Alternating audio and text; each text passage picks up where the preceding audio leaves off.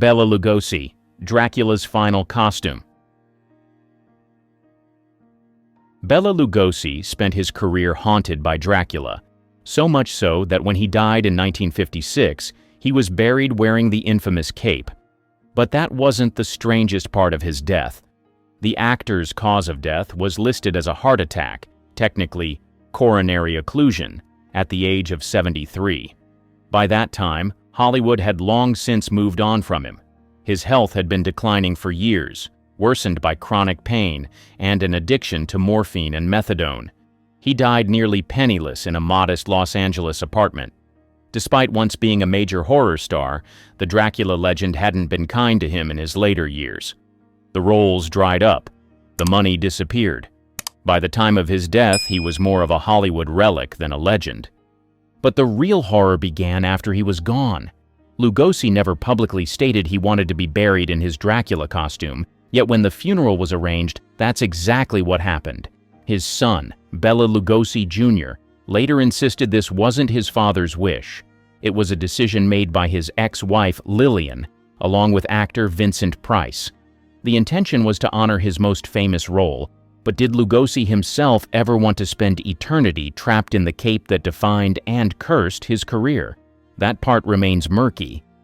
Then there was the issue of the funeral itself. Lugosi had no money left. He died in near destitution, living off Social Security and occasional film work when he could get it. He didn't even have enough funds to pay for his own burial. That's when a fellow horror icon stepped in. Peter Lorre, along with Vincent Price, covered the funeral costs to give their friend a proper send-off. There's even a legend that Lorre, upon seeing Lugosi in the open casket wearing the cape, leaned over to Vincent Price and whispered, "Do you think we should drive a stake through his heart just to be safe?" Jayne Mansfield, The Car Wreck. June 29, 1967. A Buick Electra sped down a dark Louisiana highway, slicing through the humid night air. Inside sat Jayne Mansfield, her attorney and rumored boyfriend Sam Brody, their driver, and 3 children, including 3-year-old Mariska Hargitay, nestled in the back seat. The group was en route from Biloxi, Mississippi, where Mansfield had performed at a nightclub, heading toward New Orleans for her next booking. But at approximately 2:25 a.m., the trip ended in one of Hollywood's most infamous car crashes. The Buick was traveling at high speed when it slammed into the back of a tractor-trailer that had slowed for a mosquito fogging truck. The impact was instant and catastrophic. The top of the car crumpled as it slid under the truck, shearing off the windshield and part of the roof. The first reports were gruesome. Word spread that Mansfield had been decapitated. While that wasn't exactly true, the truth wasn't much better. Her official autopsy listed the cause of death as crushed skull with avulsion of cranium and brain. Put simply, the force of the crash had violently scalped her, exposing her skull. Brain matter was found on the car's dashboard. The coroner noted she suffered crushed skull with separation at the temporal region, meaning her head had taken the full brunt of the impact. Death was immediate. Her attorney Brody and the driver, Ronnie Harrison, also died on impact. Amazingly, Mansfield's 3 children survived, shielded by the front seat. Mariska Hargitay, who would later become famous for her role in Law and Order, SVU, was left with a facial scar but no memory of the accident. Thelma Todd, poisoned in her own garage. On the morning of December 16, 1935, Thelma Todd's maid found her slumped in the driver's seat of her Lincoln convertible, parked inside her garage in Pacific Palisades. The 29-year-old actress, best known for her comedic roles alongside the Marx Brothers, was dead from carbon monoxide poisoning. But the details of her final night didn't sit right with investigators or the public. The official cause of death? Accidental. The theory? She came home late from a party, too drunk to make it inside, and passed out in her car while the engine ran. But that explanation ignored several red flags. For starters, Todd's body didn't look like she had simply fallen asleep. She was still wearing her evening gown, makeup intact, and had fresh bruises on her throat. Blood was found on her lips and inside her mouth, suggesting she had suffered some kind of trauma before she died. Even stranger, her car keys weren't in the ignition. They were tucked inside her purse. If she had locked herself inside the garage, how did the keys end up there? Then there was the matter of her powerful enemies. Todd owned Thelma Todd's Sidewalk Cafe, a successful restaurant in Malibu. According to rumors, mobster Lucky Luciano pressured her to let him run an illegal gambling operation out of her restaurant. She refused. A few days later, she was dead. The night before she died, Todd attended a party at the Trocadero nightclub. She seemed in good spirits, even joking with friends about recent death threats she had received. She left the club around 2 a.m., reportedly driven home by her chauffeur, but instead of entering her house, she somehow ended up in the garage of her ex-husband, Pat DiCicco, a known mob associate, where she died. The autopsy confirmed carbon monoxide poisoning but found no alcohol in her system, contradicting the theory that she had passed out drunk. There were no signs of a struggle, yet the bruises on her body raised suspicions. Some believed she was forced into the garage and locked inside, left to suffocate. Others suspected she had been murdered elsewhere, and the scene was staged. Despite the inconsistencies, the case was closed. No one was ever charged. James Dean. The autopsy proved no instant death. He wasn't just a Hollywood actor. He was an icon of rebellion, speed, and recklessness. But on September 30th, 1955, the ride ended when his Porsche 550 Spider, nicknamed the Little Bastard, collided with another vehicle at the intersection of Route 466, now State Route 46, and Route 41 in Cholame, California. The official cause of death: multiple traumatic injuries. The autopsy told a far grimmer story. Dean was behind the wheel, his passenger and mechanic, Rolf Wütherich, in the seat next to him. A Ford Tudor, driven by 23-year-old Donald Turnipseed, turned in front of them. Dean, going roughly 85 miles per hour, had no time to react. The impact crushed the tiny Porsche, hurling Dean's body halfway out of the wreckage. The autopsy report detailed the extensive damage: a fractured skull, broken neck, crushed ribs, and massive internal injuries. His left foot was nearly severed, but the most unsettling detail: he wasn't immediately dead. Witnesses, including a passing nurse, reported that he still had a faint pulse when first responders arrived. The coroner later confirmed that Dean likely suffered for a brief period before succumbing to internal hemorrhaging caused by a ruptured aorta. Wütherich, meanwhile, was thrown from the car and survived, only to live with severe injuries and PTSD for the rest of his life. Dean's death certificate listed his time of death as 5:59 p.m. His body was so badly mangled that the funeral required a closed casket.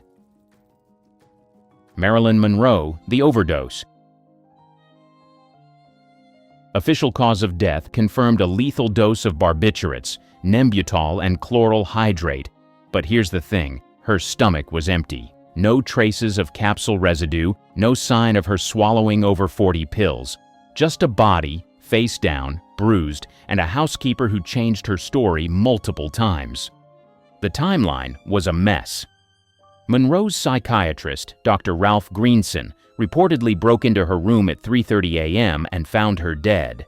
But early accounts said she was still alive when paramedics arrived. And her housekeeper? Eunice Murray, the last person to see Monroe alive, initially claimed she checked on her around midnight and found nothing unusual. Then, in a later interview, she slipped up saying, "Oh, why do I have to keep covering this up?" Then there were the missing phone records. Monroe was reportedly on the phone for hours that night. One call to actor Peter Lawford, who later said she sounded drugged and kept repeating, "Say goodbye to Pat, say goodbye to Jack, Jack," as in John F. Kennedy. Those records vanished. And let's talk about her organs, because they also disappeared. Standard autopsy procedure required tissue samples to be sent to labs for further analysis. But her vital organs, including the stomach, never returned. Without them, it was impossible to determine if the drugs were ingested or introduced another way, which brings us to the most unsettling detail: Toxicology confirmed a fatal dose of barbiturates, but there was no water in her stomach, making it unlikely she swallowed dozens of pills. No needle marks were recorded on her body, dismissing the injection theory. But her colon showed signs of irritation, leading some experts to believe the drugs were administered via enema. It was a known practice for fast absorption, especially in cases where a person was too sedated to swallow. And if she didn't administer it herself? Well, that's the question no one could or would answer. Natalie Wood, the drowning. November 29, 1981. The body of Natalie Wood was pulled from the waters off Catalina Island. She was found wearing a red down jacket, a flannel nightgown, and socks, an unusual outfit for someone who had supposedly gone for a late-night boat ride. The official cause of death: accidental drowning. But nothing about the scene made sense. The autopsy revealed fresh bruises on her arms, wrists, and legs, signs she had either fallen, been restrained, or struggled before entering the water. The report noted a small scrape on her left cheek and superficial injuries on her body, though none were classified as defensive wounds. Alcohol and painkillers were in her system, but not at overdose levels. The coroner initially ruled that she had likely slipped, fallen overboard, and drowned. Case closed. Except there were glaring inconsistencies. For one, Robert Wagner, her husband, waited hours before alerting authorities. Official reports say she had been missing since around midnight, yet the Coast Guard wasn't called until 1:30 a.m. The only other people on board Splendor that night? Christopher Walken and the boat's captain, Dennis Davern. Walken never publicly spoke about what happened. Davern, on the other hand, later admitted they had all been drinking heavily and that an argument had erupted before Wood somehow ended up in the water. Witnesses on nearby boats reported hearing a woman screaming for help that night, but no distress calls were made from Splendor. Wagner later admitted in his memoir that he and Wood had been fighting, but denied any involvement in her death. Yet, when Davern changed his story years later, claiming Wagner was responsible, the case was reopened in 2011. The cause of death was amended to drowning and other undetermined factors, citing the unexplained bruises and new witness statements. Wagner was eventually named a person of interest, but with no concrete evidence, no charges were filed. The mystery remains unresolved. How did Natalie Wood end up in the water? And why did it take so long to ask the right questions? Judy Garland, the final autopsy. Judy Garland's death certificate listed accidental barbiturate overdose. But the real horror wasn't just how she died, it was what led to it. When she was found in her London home on June 22, 1969, the scene was eerily calm. No distress, no final note, just the quiet end of a woman who had spent her life running on empty. The autopsy told the full story. Garland weighed only 90 pounds. Her body showed signs of severe malnutrition. Her liver was deteriorating, and her stomach was completely empty, meaning she hadn't eaten for some time before her death. The official cause, an accidental overdose of Seconal, a barbiturate she had relied on for years. Unlike Marilyn Monroe's case, there was no question of foul play, no suspicious bruises, no missing toxicology reports, just a tragic but predictable outcome. She had been prescribed barbiturates for decades, first by MGM studio doctors to keep her performing, then by personal physicians who likely meant well but contributed to her growing dependence. This wasn't a sudden overdose. It was a slow, decades-long breakdown. The same Hollywood machine that made her a star had systematically worn her down. Studio execs had put her on diet pills at 16, forced her through grueling filming schedules with uppers to keep her awake and downers to put her to sleep, and by the time she was an adult, her body no longer functioned without them. In the last years of her life, she was physically and financially exhausted. She had lost her home, struggled through multiple marriages, and relied on live performances just to survive. A 1968 interview showed her hands trembling as she tried to explain why she kept going. "I have to work." It's the only thing I know." The coroner ruled her death accidental, but that word barely scratches the surface. Judy Garland was worked to death before she ever stopped breathing. Bob Crane, the bludgeoning. The charismatic star of Hogan's Heroes, Bob Crane, was found brutally murdered in his Scottsdale, Arizona apartment on June 29, 1978. His death certificate listed the cause in stark clinical terms: homicide by blunt instrument. That barely scratched the surface of what police walked into. The crime scene was grisly. Crane was discovered in his bed, his skull shattered by multiple blows to the head. Blood spatter coated the walls and ceiling, and investigators determined the murder weapon was likely a heavy-duty camera tripod. His injuries were devastating: severe head trauma, deep lacerations, and massive hemorrhaging. The force of the blows suggested rage, not just an attempt to kill but to destroy. Then there was the electrical cord. It was wrapped around his neck, but there was no clear forensic evidence proving whether it was used to strangle him or simply placed there after death. The Scottsdale police were immediately suspicious. This wasn't a random attack, it was personal. Crane's complicated personal life only deepened the mystery. He had a well-documented habit of filming explicit tapes with various women, often alongside his closest friend, John Carpenter, not the director. Carpenter, a video equipment salesman, frequently supplied Crane with cameras and editing tools, making him more than just a bystander in Crane's secret lifestyle. And conveniently, he was one of the last people to see Crane alive. Police quickly zeroed in on Carpenter as the prime suspect. His rental car was searched, and inside, they found traces of blood that matched Crane's blood type. But this was 1978. DNA testing wasn't where it is today. Blood type evidence wasn't enough for a conviction. Without a direct forensic link, the case stalled. Years later, in 1992, Carpenter was charged with Crane's murder when new technology allowed for DNA retesting. But the results were inconclusive, and he was acquitted.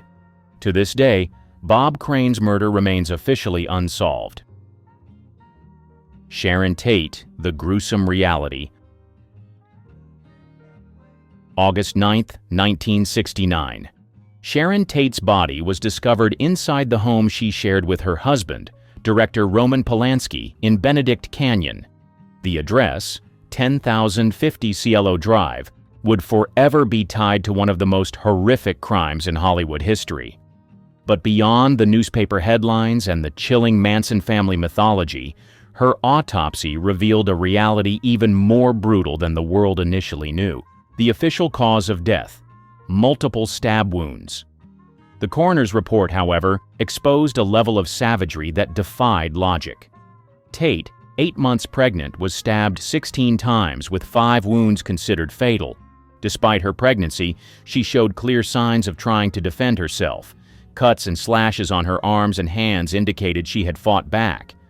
Blood spatter evidence suggested she was still alive during most of the attack, enduring unimaginable pain as her killers carried out Charles Manson's twisted orders. The crime scene itself horrified even the most seasoned investigators. The walls were smeared with blood, with the word "pig" scrawled in Tate's own blood on the front door. A thick white rope was looped around her neck and tied to a ceiling beam, connecting her to the body of Jay Sebring, a celebrity hairstylist and her close friend, who had been killed before her. Tate's final moments were pure terror, pleading for the life of her unborn child before Watson and Krenwinkel struck the final blows. The autopsy put to rest several grisly rumors. There was no post-mortem mutilation. Her unborn child, a boy who would have been named Paul Richard Polanski, remained inside her. The infamous whispers that the baby had been cut from her body were entirely false. When the report was released, it further solidified the sheer brutality of the Manson family's crime spree. Her autopsy was the final word on a crime so horrific that it remains burned into public memory more than 50 years later. Behind the glamour of old Hollywood was a hotbed of scandal. Think love triangles, blackmail, and rumors so wild they'd make Twitter explode today. The Clark Gable and Loretta Young love child scandal. One of the most whispered about was the rumor that Clark Gable fathered a secret child with Loretta Young. The year was 1935, and the two were co-stars in The Call of the Wild. Off-camera, it was said sparks flew. Gable, married to socialite Rhea Langham, had a reputation for on-set flings. Loretta Young, on the other hand, was known for her strict Catholic faith and carefully curated image of innocence. After filming Wrapped, Young disappeared from the spotlight. Months later, she returned, announcing she had adopted a baby girl named Judy. Her story was that Judy was an orphan who needed a home, but Judy's striking resemblance to Gable, right down to his distinctive ears, made the cover story hard to believe. Whispers of an affair and a secret pregnancy circulated immediately. Both stars stayed quiet. Gable, often referred to as the King of Hollywood, never publicly addressed the rumors. Young stuck to her adoption claim, protecting her career and reputation. Insiders, however, hinted that Gable made secret visits to Judy, further fueling the speculation. MGM reportedly stepped in to bury the story, fearful of how it might damage its stars. For nearly 6 decades, the truth remained hidden. It wasn't until 1994 that Young, in a rare interview, confirmed what many had long suspected. Judy was her biological daughter, the result of what she described as a non-consensual encounter with Gable during the filming of The Call of the Wild. This shocking revelation cast the scandal in a far darker light, reframing what had been romanticized as an affair into a story of exploitation.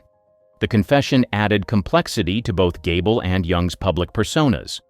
For Judy, it ended a lifetime of rumors, but also exposed the darker side of old Hollywood. Joan Crawford's alleged blue movies. Her career was the definition of Hollywood success, but behind her polished image, whispers of a scandal threatened to tarnish her legacy. By the 1930s, Crawford was one of MGM's brightest stars. However, rumors suggested her rise to fame had a darker backstory. The claims that before her Hollywood breakthrough, she'd appeared in adult films to make ends meet. These films, often called stag films, were part of an underground scene in the 1920s. Crawford, known then as Lucille LeSueur, was said to have participated in these productions during her early days as a struggling dancer. Fans found her swift transformation into a Hollywood star suspicious, speculating that someone powerful had helped her bury her past. Eddie Mannix, MGM's infamous fixer, was often linked to these rumors. Mannix was the studio's go-to guy for cleaning up messes and protecting its stars. Allegedly, he stepped in to handle the Crawford situation, tracking down and destroying any negatives of the supposed films. MGM was known for its obsession with controlling the public image of its stars, so the idea isn't far-fetched. Still, no concrete proof of Mannix's involvement, or the films themselves, has ever surfaced. Crawford, for her part, denied the allegations her entire life. She called the rumors malicious lies meant to drag her down. Decades later, her adopted daughter Christina reignited public interest in Crawford's private life with her controversial book, Mommy Dearest. While the memoir didn't address the adult film rumors directly, its shocking portrayal of Crawford added fuel to the fire about her hidden past. Despite the intrigue, no evidence has ever confirmed the existence of these alleged films. Were they a smear tactic against a powerful woman in Hollywood, or was there some truth to the whispers? We may never know. But the rumors have ensured that Crawford's name remains as infamous as it is iconic, proving that Hollywood's obsession with scandal knows no bounds. Errol Flynn's espionage allegations. He was the ultimate Hollywood swashbuckler, famous for his charisma and swordplay. But during World War II, a darker story started to circulate. Flynn, the man behind Robin Hood's smile, was rumored to be a Nazi spy. As wild as it sounded, the FBI took these whispers seriously and kept an active file on him. The allegations weren't baseless. Flynn had a close friendship with Hermann Urban, an Austrian doctor with confirmed Nazi ties. The two shared a love of travel, but Urban's documented connections to German intelligence raised alarms. Flynn's frequent trips to Europe during the war didn't help his case. Add to that his Austrian roots and his perceived indifference to the Allied cause, and the rumors began to stick. The conspiracy gained momentum in 1980 thanks to Charles Hyam's book Errol Flynn, The Untold Story. Hyam painted Flynn as a double agent, claiming the actor passed information to the Nazis while maintaining his Hollywood image. The book alleged Flynn's charm and international lifestyle made him the perfect spy. It also accused Flynn of using his Hollywood clout to help Erben and other Nazi sympathizers. But Hyam's claims were heavily criticized. Historians and Flynn supporters argued the evidence was flimsy and speculative. The FBI's files, while extensive, lacked any smoking gun. Flynn's defenders labeled Hyam's book a hit piece, accusing the author of exaggerating for shock value. Many believe the rumors were fueled by Flynn's reckless lifestyle rather than actual treachery. Despite the pushback, the damage was done. The mere suggestion of espionage left a stain on Flynn's legacy. Even today, the idea of Hollywood's most dashing hero harboring Nazi sympathies remains a tantalizing what if. So what's the truth? Was Flynn just an adventure junkie with bad judgment in friends, or did his charm mask something far more sinister? The lack of definitive evidence keeps the mystery alive, leaving fans and critics to debate whether Flynn's greatest act was on-screen or off. Marilyn Monroe's mysterious diaries. Her death in 1962 left behind more questions than answers. One of the most persistent rumors revolves around her alleged secret diaries. These journals supposedly contained shocking details about her relationships with John F. Kennedy and his brother Robert.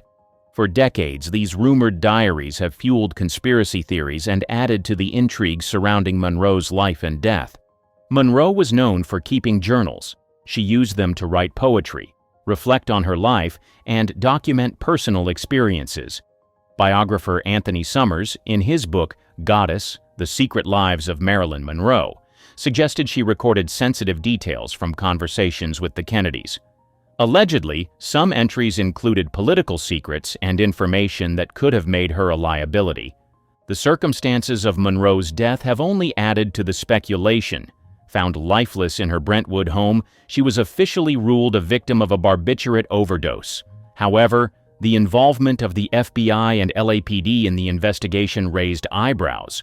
Rumors claim Monroe's house was searched extensively, and anything incriminating, like the alleged diaries, was quietly removed. Some close to Monroe, including her friends, insisted they had seen her write about her encounters with powerful men, adding fuel to the fire. Despite decades of speculation, no one has ever found these diaries. Some believe they were destroyed to protect the reputations of high-profile figures. Others argue the diaries never existed, suggesting they were invented by the media to sensationalize her tragic story. The lack of evidence hasn't stopped books, documentaries, and theorists from speculating about what they might have contained. Charles Chaplin's paternity battle. Charles Chaplin may have revolutionized film, but his personal life was often front-page news. By the 1940s, Chaplin was already a magnet for controversy, and the 1943 paternity suit filed by Joan Barry added fuel to the fire. Barry, a 22-year-old aspiring actress, claimed Chaplin was the father of her daughter, Carol Ann. The case quickly became a media frenzy, overshadowing Chaplin's cinematic brilliance. Barry's relationship with Chaplin had ended before her pregnancy, and he firmly denied fathering her child. He pointed to Barry's erratic behavior, stalking him, breaking into his home, as evidence of her instability. Still, her claims gained momentum, and the case went to court. In a bid to prove his innocence, Chaplin agreed to a blood test. At the time, this was cutting-edge science. The results were clear. Chaplin was not the biological father, but there was a catch. Under California law, blood tests were inadmissible in paternity cases. The jury ruled against Chaplin, ordering him to pay child support. The verdict caused public outrage, with many questioning the fairness of the decision. The scandal didn't stop in the courtroom. It gave Chaplin's enemies, including FBI Director J. Edgar Hoover, exactly what they needed to intensify their attacks. Hoover, who was already suspicious of Chaplin's political leanings, used the trial to paint him as both immoral and un-American. The FBI's campaign against Chaplin wasn't subtle. It added pressure to an already tense situation, leading to his forced departure from the U.S. in 1952. He relocated to Switzerland, where he spent the rest of his life. Despite the controversy, Chaplin continued making groundbreaking films, though the paternity case cast a long shadow over his later years. Judy Garland's alleged drug coercion. Judy's talent lit up the screen, but her life behind the scenes told a darker story. Her career, especially during her teenage years, has been heavily scrutinized for the alleged exploitation she endured under MGM's iron grip. Many believe the studio orchestrated her dependency on drugs to keep her working at an unrelenting pace. Garland was just 13 when she signed with MGM. While her voice was unmatched, executives cruelly criticized her appearance, labeling her the Little Hunchback. To fit Hollywood's rigid standards, she was subjected to harsh dietary controls. Reports suggest her meals consisted of black coffee, chicken soup, and diet pills, all closely monitored by studio staff. The most shocking claims involve amphetamines, pep pills, allegedly given to Garland to keep her energized for marathon filming schedules. During The Wizard of Oz, she was said to work up to 18-hour days, running on little more than these stimulants. To help her sleep, barbiturates were reportedly prescribed, creating a dangerous cycle of dependency. By adulthood, Garland's struggles with addiction were undeniable. Her personal life and career began to show the strain. She often spoke candidly about her experience with the studio system, saying, "They had us working days and nights on end. They'd give us pills to keep us on our feet long after we were exhausted, then knock us out with sleeping pills when the work was done." Her battles didn't stop there. She faced public breakdowns, hospitalizations, and strained relationships. Despite these challenges, her raw talent and resilience kept her fighting for her place in Hollywood. Garland's tragic death in 1969, at just 47 years old, was attributed to an overdose. It was a heartbreaking end for a star who had given so much to the industry but received so little care in return. Her story remains a grim reminder of how old Hollywood often treated its stars as commodities rather than people, prioritizing profit over well-being. Judy Garland will always be remembered for her brilliance, but her struggles highlight the darker side of fame in the industry's golden era. The murder mystery of Thelma Todd.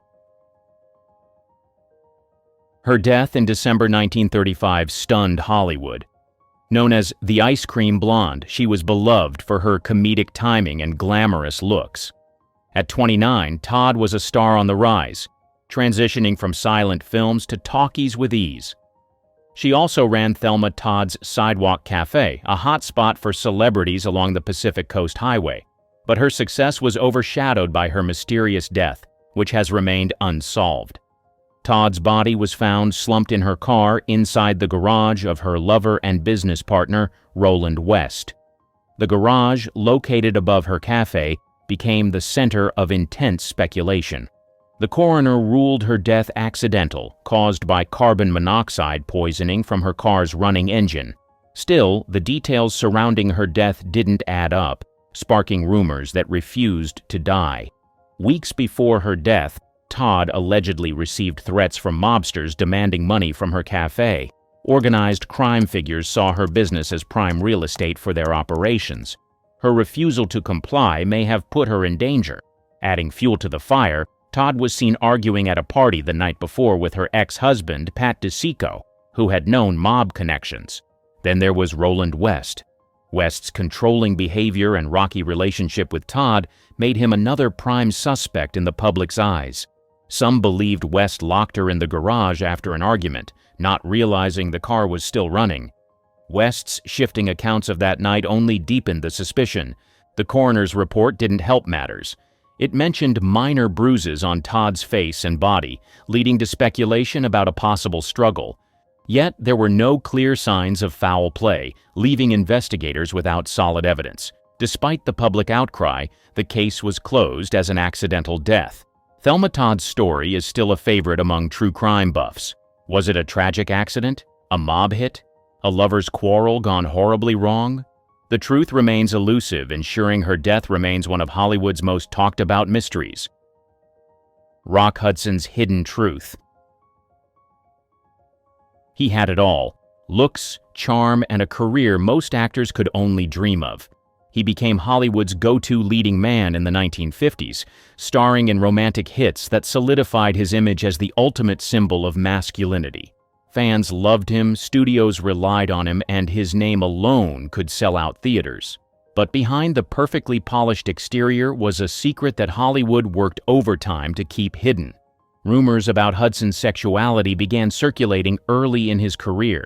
Back then, even a hint of being gay could end a star's career. Hudson's agent, Henry Wilson, was infamous for covering up scandals and managing his clients' images with ruthless efficiency. When whispers about Hudson started growing louder, Wilson orchestrated a hasty solution: a marriage. In 1955, Hudson married Phyllis Gates, Wilson's secretary. The timing wasn't subtle. It came right after a tabloid threatened to publish a story about Hudson's personal life. Gates later claimed she didn't know Hudson was gay when they married, but skeptics have doubted her version of events. The marriage lasted 3 years, but by then it had served its purpose: silencing the rumors. Behind closed doors, Hudson lived a carefully compartmentalized life. Close friends and co-stars knew the truth, but loyalty and fear of the industry's backlash kept them quiet. Studio executives wielded immense power and had no problem squashing tabloid stories that could tarnish their golden boy. Everything changed in 1985 when Hudson announced he had immune deficiency syndrome. He was the first major celebrity to publicly disclose the diagnosis, a move that shocked fans and confirmed the rumors. The revelation came at a time when advanced HIV disease was deeply stigmatized, and Hudson's bravery helped bring global attention to the crisis. His death later that year was mourned worldwide and exposed the hypocrisy of an industry that demanded perfection at any cost. Lana Turner and the Johnny Stompanato murder. Lana Turner's relationship with Johnny Stompanato had everything tabloids could dream of: a Hollywood icon, a mobster boyfriend, and an explosive ending. Stompanato, a known associate of crime boss Mickey Cohen, wasn't just bad news. He was dangerous. Despite his charm, his violent streak quickly turned their romance into a toxic mess of arguments and reconciliations. By 1958, the relationship had reached its breaking point. On April 4th, an argument in Turner's Beverly Hills home escalated to violence. Turner later testified that Stompanato threatened her, causing her 14-year-old daughter, Cheryl Crane, to step in. Grabbing a kitchen knife, Cheryl stabbed him in the abdomen. He died almost instantly. The fallout was chaotic. The media swarmed Turner's home, turning the incident into a nationwide scandal. Headlines screamed speculation about what really happened that night. At the coroner's inquest, Cheryl claimed she acted in self-defense to protect her mother. Turner backed her up, tearfully recounting the abuse she'd endured. The jury ruled it justifiable homicide, but whispers of a different story refused to die. Some questioned whether Cheryl, a teenager with no history of violence, could deliver such a precise fatal wound. Others believed Turner herself had wielded the knife and that Cheryl took the blame to save her mother's career. Stompanato's mob connections added another layer of intrigue. There were rumors that his death wasn't an accident at all. Some suggested Mickey Cohen had orchestrated the killing either to eliminate liability or settle a personal grudge. Cohen, of course, denied any involvement. Despite the jury's decision, the scandal haunted Turner. While she continued acting, her glamorous image was forever tied to the tragedy. Cheryl, too, struggled with the weight of public scrutiny. The case remains one of old Hollywood's most infamous stories, blending celebrity drama with true crime. Whether it was a desperate act of protection or a cover-up, the Stompanato murder still fuels endless speculation. Decades later, it's clear this was no ordinary Hollywood breakup. It was a headline-grabbing scandal that left scars on everyone involved. The Black Dahlia and Hollywood. The murder of Elizabeth Short, better known as the Black Dahlia, remains one of Hollywood's darkest mysteries. In January 1947, her mutilated body was found in a vacant Los Angeles lot. The crime was horrifying and left posed in a gruesome manner. The case immediately grabbed headlines, with every sordid detail plastered across newspapers. Short, just 22 years old, had come to LA chasing dreams of becoming an actress. Like many others, she struggled to find work, often relying on friends or admirers for support. When her murder hit the news, her personal life became fodder for speculation. Reporters and the public alike were eager to link her to Hollywood's elite. Rumors swirled that she had attended exclusive parties thrown by powerful industry figures. Some even suggested she had rejected the wrong man's advances, which led to her untimely death. One theory that refuses to die is the involvement of Dr. George Hodel, a prominent and wealthy physician. Hodel was known for hosting extravagant gatherings attended by artists, intellectuals, and Hollywood insiders. Decades later, his own son, Steve Hodel, a former LAPD detective, accused him of being the killer. Steve presented evidence, including old photos of a woman resembling Short and his father's medical expertise, which matched the surgical precision of the crime. The accusations against George Hodel didn't come out of nowhere. During the 1940s, he was investigated for other crimes, including the suspicious death of his secretary. Although Hodel was never charged in the Black Dahlia case, his connection to it has fueled endless speculation. Elizabeth Short's murder remains unsolved, but her name is forever tied to the shadowy side of Hollywood. Whether she was targeted for her ambitions, a chance encounter, or something more sinister, the crime highlighted the dangers lurking in the industry. Some of the old-time Hollywood celebrities were into stuff you wouldn't believe, from having weird obsessions with scat It is Austin. to something as bizarre as an irrational fear for the color purple. There is no denying the fact that most of what you're about to be exposed to make absolutely no sense. Charles Laughton's weird diet. In his memoir, Full Service, My Adventures in Hollywood and the Sex Lives of the Stars, Scotty Bowers claims to have either slept with or arranged sexual liaisons for hundreds of the best-known celebrities during Hollywood's golden age. One of the most shocking stories involves British actor Charles Laughton. But that's not all. According to Bowers, Laughton once asked him to bring over a young male guest while his wife was out. When Bowers and the young man arrived, Laughton began making a sandwich. He carefully sliced up lettuce and tomatoes, arranged them on sourdough bread, added a bit of lemon juice, and sprinkled some salt and pepper. This is where it gets interesting. After a few minutes of prep work, Laughton took the bread slices in one hand, picked up a pot with the other, and asked the young man to follow him into the bathroom. But what happened next will shock you. Here's what Bowers describes. Charles was the first to return. He put the plate with the bread slices on the kitchen table. I could see that the lettuce and tomatoes had been lightly smeared with a light brown substance. Seconds later, Ted appeared in the kitchen. His erection was gone, and he was looking decidedly sheepish, perhaps even a trifle embarrassed. I stared at him curiously, and he pulled a face, hoping that Charles wouldn't notice. He pointed at the bread slices on the plate and then lightly patted his backside. And then, believe it or not, Laughton ate the sandwich. Ronald Reagan's obsession with young virgins. Ronald Reagan is often remembered more for his political career than his time in Hollywood, but back in the 1940s and 50s he was one of Tinseltown's leading men. But that's not all. One of the most cringe-inducing rumors about Reagan's Hollywood days comes from his co-star in the 1950 drama Louisa, Piper Laurie. She claims that the future GOP icon took her virginity when he was 39 years old, and she was just 18. But what happened next will shock you. In her memoir, Laurie writes that Reagan first seduced her on the set of their film Louisa, where he played her father. At first, Reagan seemed like a true gentleman.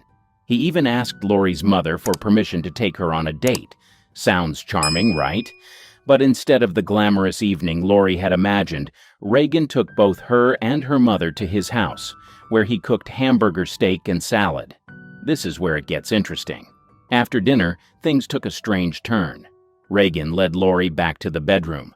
According to her, the actor was an insensitive show-off in bed. He bragged about how long he'd been erect, 40 whole minutes, and how much his condom had cost. But that's not all.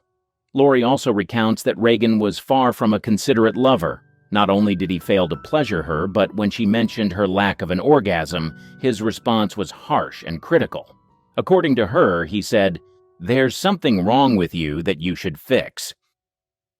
Howard Hughes's extreme obsession with hygiene. Howard Hughes, the brilliant yet enigmatic tycoon, had a mind that worked in extraordinary ways. His achievements in aviation, film, and business were nothing short of legendary. But alongside his brilliance, there was a peculiar and relentless obsession that dominated his life: cleanliness. Imagine a man so consumed by the fear of germs that he would lock himself away in dark rooms for days, sometimes even weeks. Hughes turned his lavish homes into fortresses of solitude, meticulously sealed to keep out any potential contamination. The windows were often covered, creating a gloomy, almost eerie atmosphere, as if he were living in a perpetual twilight. Hughes's hand-washing routine was nothing short of ritualistic. Picture this. He would wash his hands repeatedly, scrubbing them until they were raw and sometimes even bleeding. It wasn't just a quick rinse, it was a painstaking process, as if he were trying to scrub away invisible threats. His fear of germs was so intense that he believed even the slightest contact could lead to illness or infection. But Hughes's obsession didn't stop at hand-washing. He went to extraordinary lengths to avoid human contact altogether. For instance, if he had to meet someone, he would often communicate through notes or intercom systems, avoiding face-to-face interactions.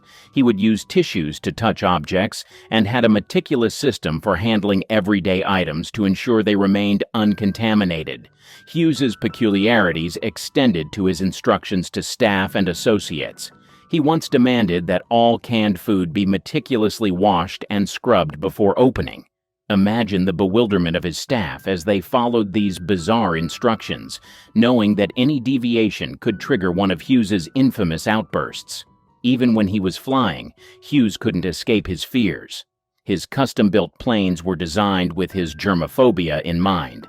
He often flew alone or with minimal crew, ensuring that the aircraft remained as sterile as possible. The irony of an aviation pioneer afraid of the very air he conquered is striking, isn't it? Hughes's obsession with cleanliness and germs was a constant battle in his mind. Despite his towering intellect and achievements, he was trapped by his own fears. This relentless battle between his rational, inventive side and his irrational, obsessive side created a fascinating yet tragic figure. The man who soared to great heights in both the literal and metaphorical sense was, in many ways, grounded by his own mind. Mae West's astrology obsession.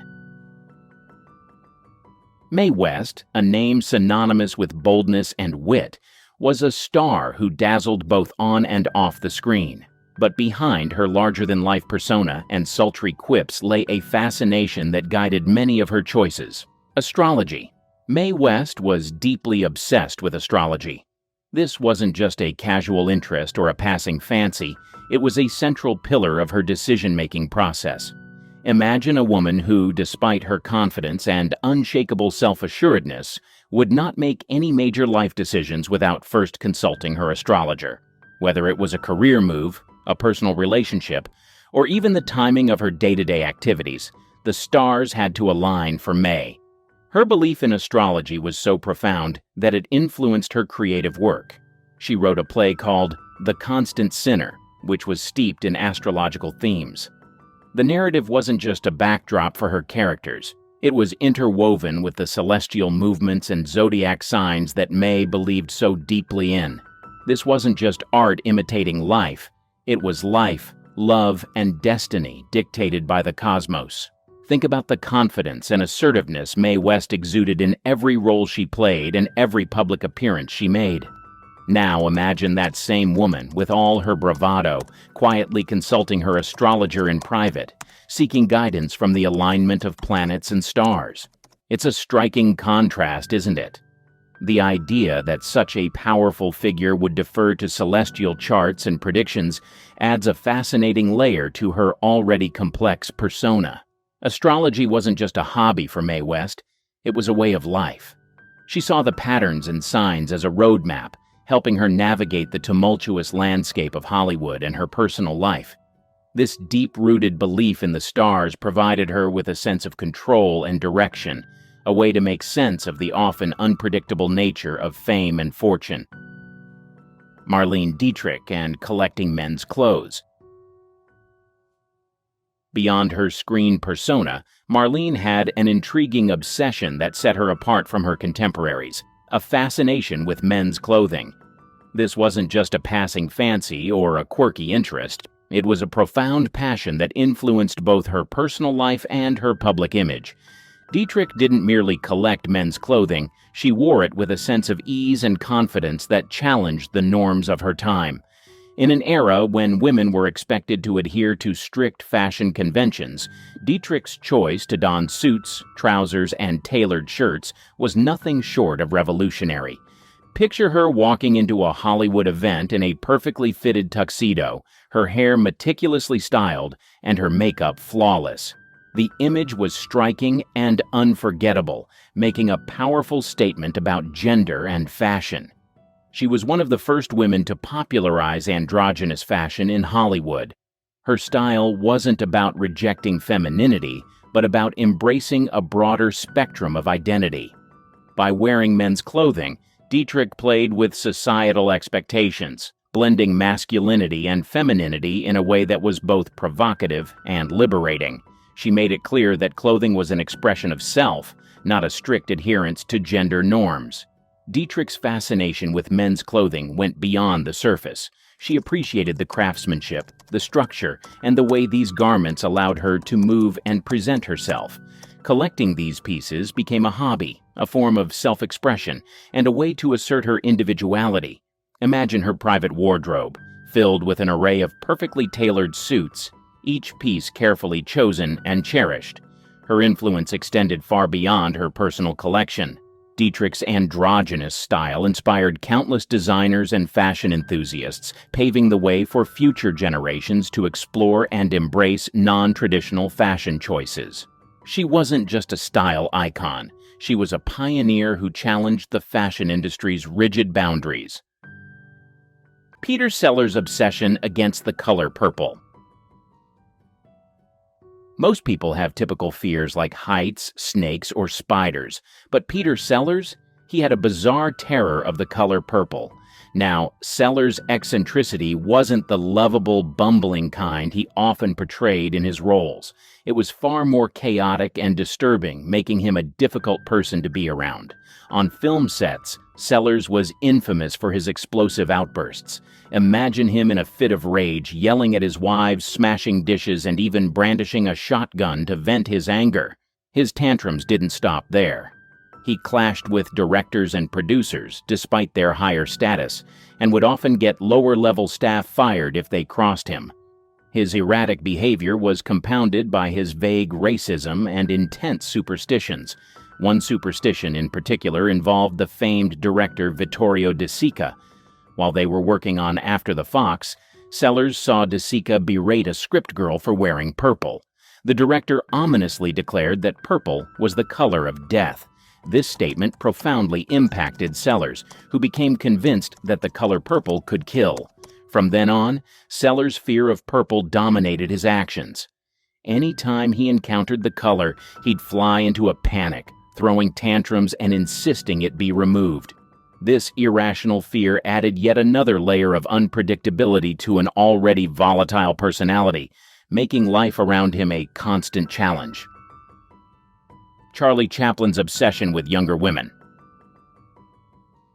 Charlie Chaplin, the legendary actor, filmmaker, and comedian, known for his iconic character, the Little Tramp, also had a much darker side to his personal life.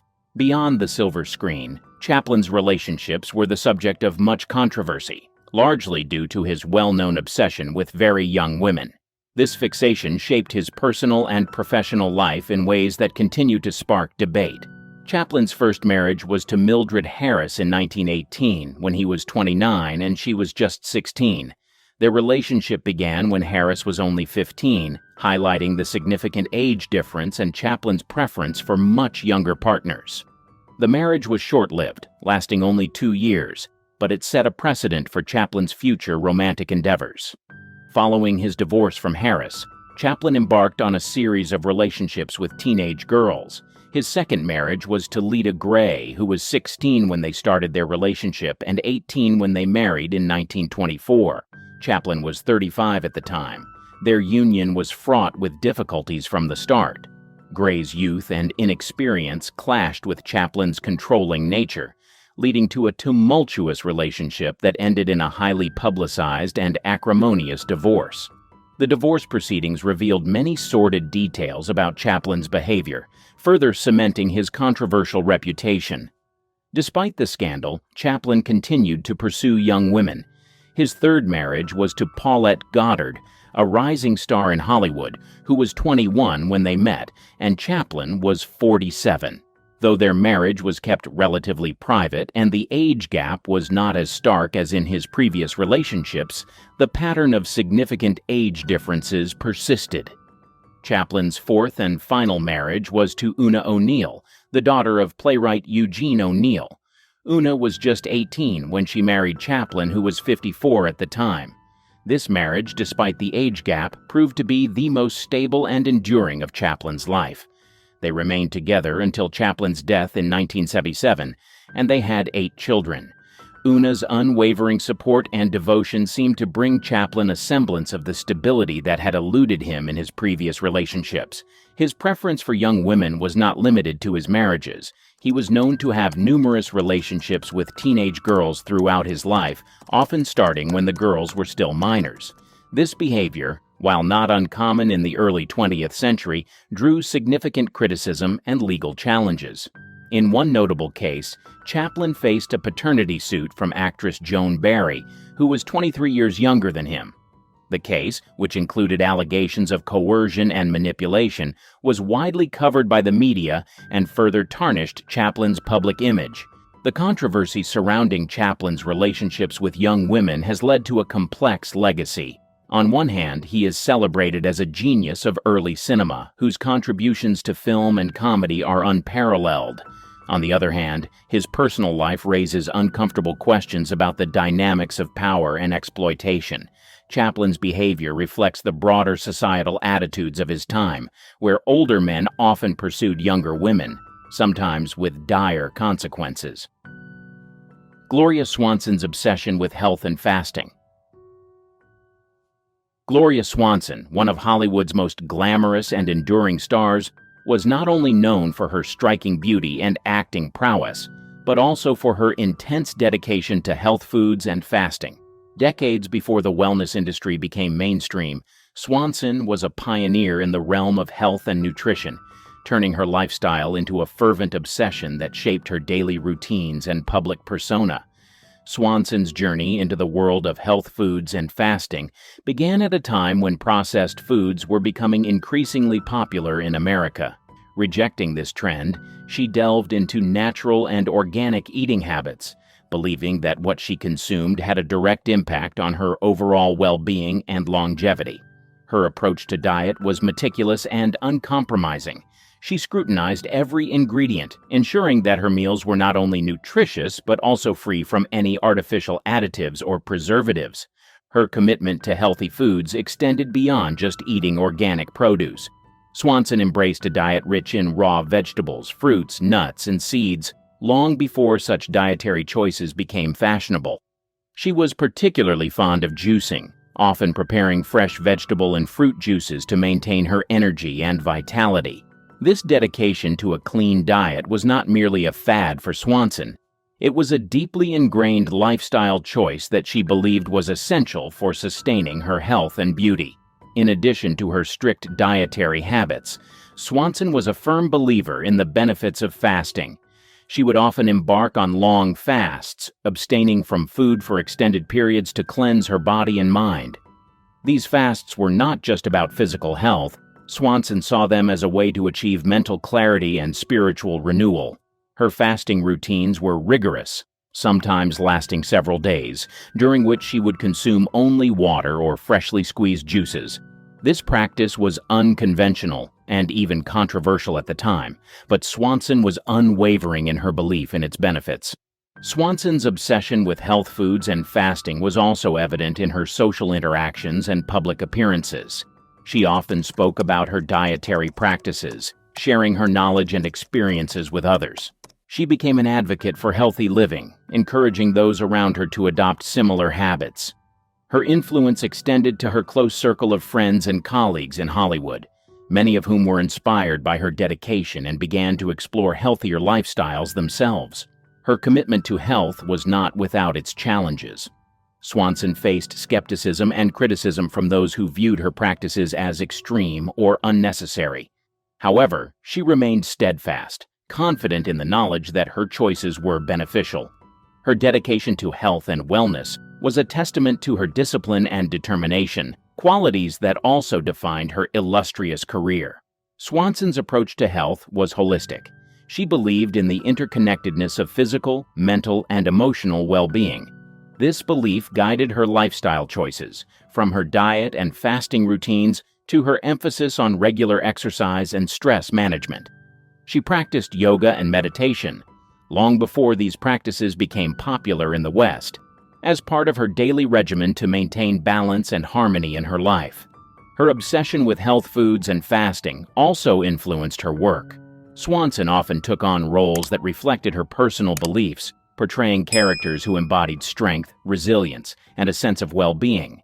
Her off-screen persona, as a health-conscious and disciplined individual, became an integral part of her public image, distinguishing her from many of her contemporaries. Without a doubt, Hollywood has its secrets. In the same vein, Hollywood stars have their own secret that they would rather have taken to the grave. However, some of these secrets found their way out and would leave even the most loyal of fans with their jaws open in pure shock and even terror. Some of these Hollywood stars had some twisted fetishes and pleasures that they enjoyed in the privacy of their own homes or secret places. Some of them will shock you, others will send shivers down your spine.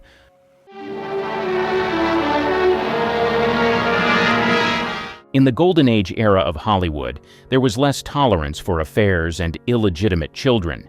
It could be the end of your career as an actor, and it's like putting a noose over your life socially. So imagine being born as an illegitimate child here. Some were terminated before they even got a chance to breathe. Others were condemned and forced to live in shame, but their stories would break your heart into a million pieces. Things like that can only happen in a country like America. Judy Lewis. Now, back in the day, Loretta Young was one of the biggest stars in Hollywood. Beautiful, talented, and very much in the public eye. But here's where things take a twist. Loretta had a secret affair with Clark Gable, who was also a massive Hollywood star, best known as Rhett Butler from Gone with the Wind. At the time, though, both of them were involved with other people. Clark was married, and Loretta had her image to protect. So when Loretta ended up pregnant, this was a huge problem, especially in an era where a public out-of-wedlock pregnancy could have destroyed her career. They had to keep the pregnancy a secret. It was already a scandal waiting to happen. So, to keep the scandal under wraps, Loretta did what a lot of actresses of that time did. She disappeared. She took a vacation from Hollywood, went away for months, and gave birth in secret in 1935. No paparazzi, no media frenzy. She had everything planned out to the last detail, even hiding the pregnancy from most of the people closest to her. It was the perfect plan. But here's where it gets interesting. When she eventually returned to Hollywood, she didn't just reveal that she had a baby. No, she made it seem like she had adopted this little girl, Judy, a year later. Imagine that. A mother adopting her own child and keeping it a secret from nearly everyone, including the child herself. That's the kind of secrecy that dominated the golden age of Hollywood. For most of Judy's childhood, she had no idea who her real parents were. She grew up believing that Loretta was just her adoptive mother. But before then, Lewis went through hell. After she was born, Loretta Young didn't bring her daughter home right away. Instead, Judy spent the first 19 months of her life in various hideaways and orphanages. Loretta was still trying to keep the whole situation under wraps. Eventually, she adopted Judy, which, as we know now, was just part of her plan to conceal the truth about Judy's parentage. When Judy was around 4 years old, Loretta married a radio producer named Tom Lewis. That's when Judy took his last name, becoming Judy Lewis. Loretta and Tom had 2 more kids together, 2 sons, Christopher and Peter. So now Judy's growing up in this family and she's finally happy and at peace, but there's one small problem. She looks a lot like Clark Gable, especially those famous ears of his that stuck out. It was a resemblance that was hard to ignore. But you would not believe what her mother, Loretta, did next. She actually had Judy undergo a painful surgery to pin her ears back up when she was just 7 years old. It was yet another attempt to hide the truth about who Judy's real father was. Can you imagine that? Going through surgery just to keep up appearances? Then, when Judy was about 15, her mother made another film with Clark Gable called Key to the City. During that time, Gable came over to visit Loretta's house, and that was the one and only time Judy ever met him. He asked her a few questions about her life, then kissed her on the forehead when he left. The kicker? Judy had no idea that Gable was her biological father. He was just this famous guy who stopped by for a brief visit. As Judy got older, she started to feel the weight of all the secrecy. She talked about how isolated and confused she felt growing up, like something was always off, but she couldn't quite put her finger on it. She didn't feel fully connected to her family, and it's no wonder why. She was living in this web of lies and half-truths that shaped her entire childhood. It must have been incredibly tough knowing something was wrong but not being able to understand what it was until much later in life. Judy finally learned the truth in the most heartbreaking way possible, as an adult. She found out that the woman who raised her was actually her biological mother, and her father was none other than Clark Gable, the biggest heartthrob of his time. Loretta kept this secret for so long, and when Judy finally confronted her, Loretta admitted it, but still refused to publicly acknowledge the truth. Can you imagine the pain Judy must have felt knowing her whole life had been a lie? She spent much of her adulthood grappling with feelings of abandonment and betrayal, constantly wondering why her mother couldn't just be honest with her. To make matters worse, Clark Gable never had any real involvement in Judy's life. He didn't acknowledge her, and he never played a fatherly role. This had to be tough for Judy, growing up in the shadow of 2 Hollywood legends but never fully knowing or being accepted by them. So, for Judy, the scandal haunted her throughout her life. She wrote a memoir about it later, expressing how much the secrecy and lies affected her. She carried that burden, always wondering why she wasn't publicly acknowledged and why her mother chose to keep such a vital part of her identity hidden. It's the kind of story that really makes you feel for the people who lived behind the glittering Hollywood curtain, where image was everything and human emotions were often sacrificed for the sake of stardom. Robertino Rossellini. It all started back in 1949. Ingrid Bergman was already one of the biggest stars in Hollywood, but she wasn't just about fame. She genuinely admired good filmmaking. 2 films by Italian director Roberto Rossellini had really caught her attention, and instead of just being content with watching from afar, Bergman decided to write him a letter. In this letter, she expressed how much she loved his work and casually suggested they collaborate on a film. And, well, let's just say things escalated from there. Rossellini was quick to cast Bergman in his next project, Stromboli, and this is where the sparks really started to fly. During the production of the film, Bergman and Rossellini began an affair. Now, keep in mind, Bergman was still married to Petter Lindstrom at the time, but the chemistry between her and Rossellini was undeniable, and soon enough, it turned into something much more serious. And as you might already know by now, back in the 1950s, this wasn't just gossip. It was a full-blown scandal. Hollywood had a very polished image to uphold, and having one of their biggest stars involved in an extramarital affair was a no-no. But soon enough, it got 10 times worse when Ingrid got pregnant as a result of her affair and eventually gave birth to a son named Robertino Rossellini in 1950. Now, as you can imagine, this was a huge deal, and not in a good way. This sent shockwaves through the entertainment industry. People were not only shocked that she had a child out of wedlock, but the affair itself felt like a betrayal to her public image. Bergman went from being one of the most beloved actresses in the world to a symbol of moral outrage almost overnight. She was condemned by Hollywood, criticized by the press, and even denounced on the floor of the U.S. Senate. Imagine that. A senator actually called her out as being an example of perverted morals. As for Robertino, he was born into the eye of the storm.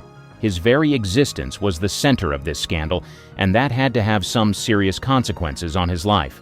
First off, he had a strained relationship with Hollywood from the get-go. He wasn't just another kid. He was the product of one of the most controversial love affairs of the era. It's one thing to have famous parents, but to be born into a situation where the world views your birth as a scandal? That's a tough legacy to carry. Bergman's career took a huge hit, too.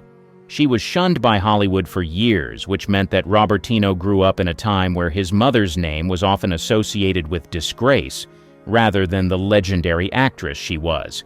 She moved to Italy to be with Rossellini, and while her career eventually bounced back, that period was marked by rejection and judgment, not just for her, but for her son, too.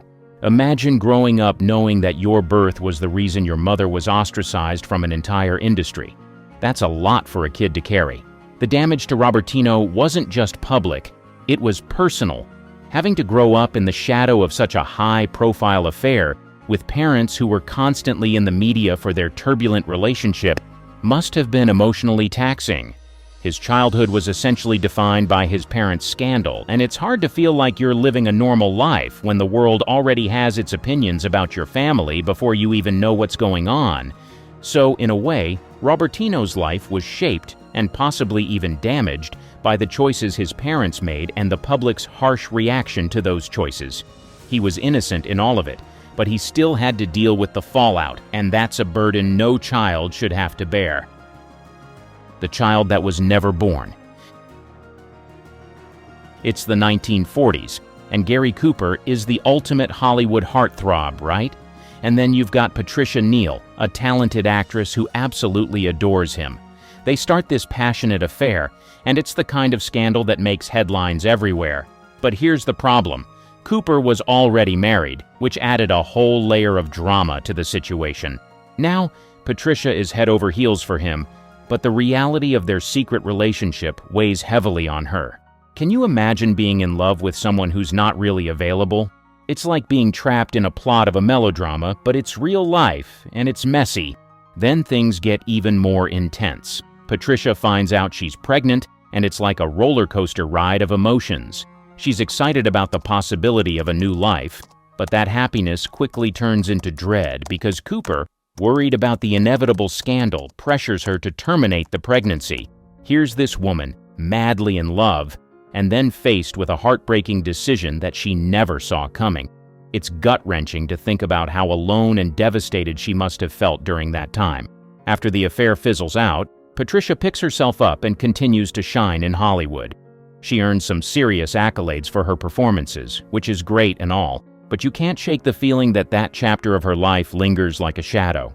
Even with all the success, she later reflects on how this experience haunted her.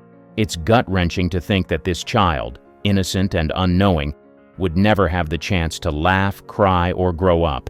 There's no opportunity to experience the world, to find their place in it, or even to learn about their famous parents. They're just gone. And it's not because of anything they did, but because of the choices made by the adults around them. This situation not only left Patricia heartbroken, but also brought up feelings of loss and grief that would linger with her for years. It's like carrying an invisible scar that reminds you of what could have been. The world continued to turn, and she moved on with her life and career, but the shadow of that lost child loomed large. Nancy Sinatra. You know, growing up as Nancy Sinatra Jr. was no walk in the park. Imagine being the daughter of the legendary Frank Sinatra, but with the twist that you were born from an affair while he was still married to his first wife, Nancy Barbato. That little tidbit was like a shadow that followed her everywhere, making family life a complicated web of scandal and drama. From the moment she came into the world, there were whispers and gossip swirling around her. Being the child of an extramarital affair put her right in the crosshairs of public scrutiny. The media just wouldn't let up, painting her as part of this huge scandal that stained her father's reputation. Can you imagine that pressure? As a kid, she found herself living under the spotlight, with her father's larger-than-life persona overshadowing her own identity. She wasn't alone, though. She had two older siblings, Frank Jr. and Tina. But even with family around, Nancy often felt like the odd one out. Her relationship with her dad was complicated, too. The weight of his past choices hung heavily over their interactions. Sure, Frank Sinatra was charming and talented, but he was also a guy with a lot of baggage, and sometimes those ghosts seemed to get in the way of the love he had for his kids. As Nancy grew up, she slowly started to piece together the story of her birth and all the circumstances surrounding it. Finding out that she was the product of an affair was a real eye-opener. It wasn't just shocking, it was a heavy burden to carry. This realization changed how she saw family and belonging. While her siblings seemed to have a more straightforward relationship with their dad, Nancy struggled with feelings of alienation and confusion, and let's not even get started on how the media treated her. They constantly compared her to her dad, which only added to the stress. She wanted to carve out her own identity and pursue a music career, but the shadow of Frank Sinatra's fame was both a blessing and a curse. Some days, she felt like she could ride the coattails of his legacy, but other times it felt suffocating, like she could never escape the constant scrutiny that came with being his daughter. Her situation was even trickier because her existence was a painful reminder of Frank's infidelities. While she was trying to make her own way in the music industry, the emotional toll of being Frank Sinatra's daughter weighed heavily on her shoulders. She just wanted a narrative that wasn't tangled up in scandal, a story where she could be seen for who she was, not just as the child of her father's mistakes. As she navigated her career, Nancy faced the ongoing challenge of living with the choices her father made. Even with her successes, the complexities of her upbringing left her grappling with big questions about love, loyalty, and her own identity. Frank was a source of pride, no doubt, but the circumstances of her birth created an emotional landscape that was fraught with confusion and conflict. In the end, Nancy Sinatra Jr.'s journey really highlights the struggles of growing up in the shadow of a famous parent. Her story shows how family secrets can impact one's sense of self and the fight for identity in a world that often wants to define you by your lineage. Despite the weight of her father's legacy, she ultimately sought to forge her own path, trying to balance honoring her family history with establishing her own identity in a world that was always watching. Norman Chaplin. Charlie Chaplin, the legendary silent film star famous for his character the Tramp, had quite a roller coaster ride when it came to his personal life. One of the more scandalous parts of his story is his affair with actress Lita Grey. This whole situation not only stirred up a lot of drama in Hollywood, but also had a significant impact on their son, Norman Spencer Chaplin. So, here's how it went down. Charlie was working on the film The Kid when he got involved with Lita, who was just a teenager at the time. Their romance sparked a lot of gossip, especially since Charlie was already a big deal in Hollywood and the age gap made people raise their eyebrows. It was like a classic Hollywood scandal. While plenty of actors were indulging in affairs, Charlie's choices attracted an extra layer of scrutiny because of his fame. When Lita found out she was pregnant, things got even messier. They rushed to get married in 1924, but let's just say the fairy tale didn't last long. Right from the start, their relationship was rocky. Lita later claimed she felt pressured into the marriage, which obviously didn't help the situation. Can you imagine the stress? Then came their son, Norman, born on July 7, 1928. While everyone was excited to welcome the child of such a famous couple, the tension in the family was palpable. Being born into a scandal like this would be hard for any kid. On one hand, you have the thrill of being the child of a superstar, but on the other, you're surrounded by chaos and drama. As the years went on, things really fell apart. Charlie and Lita's marriage turned into a public battleground, with all the juicy details of their fights making headlines. Lita accused Charlie of neglecting his family in favor of his career, which added to the public drama. For Norman, that must have been tough. He was right in the middle of all this conflict, and the media attention was unrelenting. Growing up as Charlie Chaplin's son meant living in a spotlight that could be hard to bear. People were constantly comparing him to his famous father, and the scandal surrounding his parents was always lurking in the background. It's like Norman had to carry the weight of not just being Chaplin's kid, but also dealing with the fallout from a marriage that was anything but smooth. In the end, Norman Spencer Chaplin's story highlights the challenges of growing up in a world filled with fame and scandal. While his father was a beloved figure in film history, the chaotic nature of his family life created a complicated legacy for Norman. He had to navigate the complexities of identity and self-worth, all while trying to make sense of the drama that surrounded his family. It's a reminder that behind the glitz and glamour, there are real stories of struggle and resilience. Katie Wagner. You know, the story of Robert Wagner and his daughter Katie Wagner is quite the fascinating one. So, Robert Wagner, the charming actor known for his roles in classic films and hit TV shows, had a brief relationship with actress Marion Marshall, and from that romance came Katie. Now imagine being born into this whirlwind of Hollywood drama. Katie's birth came with its fair share of complications. Robert was a rising star, and Marion was no slouch either, but the relationship was short-lived. They weren't together for long, and soon after, Wagner went on to marry the stunning Natalie Wood, which added a whole new layer of complexity to Katie's life. Growing up, Katie found herself navigating this chaotic family landscape. It must have been tough, with her father's high-profile marriage to Natalie Wood, who was one of the biggest stars of the era. Katie was often caught in the crossfire of public attention. You can only imagine the pressure of living up to that legacy. Katie often felt like she was trying to carve out her own identity while living in the shadow of her father's fame and the incredible talent of her stepmother. Every time someone brought up her father, they would also mention Natalie, which had to be both a blessing and a curse. On one hand, it meant she had a famous father, but on the other, it meant she was constantly compared to two larger-than-life figures. It was like trying to find her own voice in a chorus of celebrity. And let's be honest, Hollywood can be a tough place to grow up, especially when you're the daughter of someone like Robert Wagner. It's not just about being the child of a famous actor. It's about dealing with the intricacies of family relationships that come with that fame. Katie's experience highlights the complexities many children of stars face.